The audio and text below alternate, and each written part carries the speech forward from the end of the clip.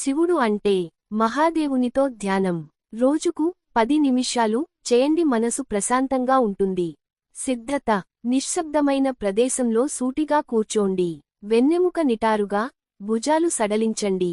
కన్నులు మూసి 3 లోతైన ఊపిరులు తీసుకోండి. శ్వాసలో శాంతి తీసుకోండి. ఉచ్ఛ్వాసంలో ఆందోళన విడిచేయండి. శివుని ఆహ్వానం మృదువుగా జపించండి. గ్రేటర్ దెన్ ఓం నమః శివాయ.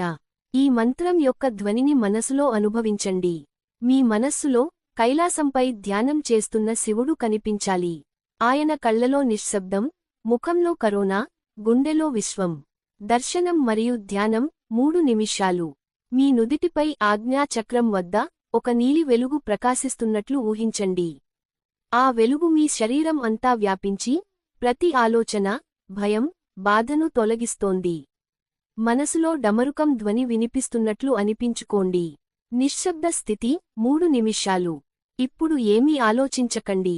శ్వాస సహజంగా జరగనివ్వండి.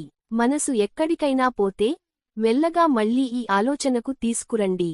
గ్రేటర్ దెన్ నేను శివుడినే, నిశ్చలుడు, నిర్భయుడు, నిత్యుడు. కృతజ్ఞత 2 నిమిషాలు. మెల్లగా అవగాహనను తిరిగి తీసుకురండి.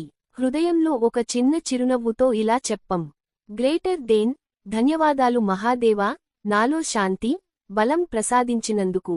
కన్నులు తెరచి ఆ ప్రశాంతతతో రోజును కొనసాగించండి. ఈ ధ్యానం మనసును ప్రశాంతం చేస్తుంది, భయాన్ని తొలగిస్తుంది, మనలోని దైవత్వాన్ని మేల్కొలుపుతుంది.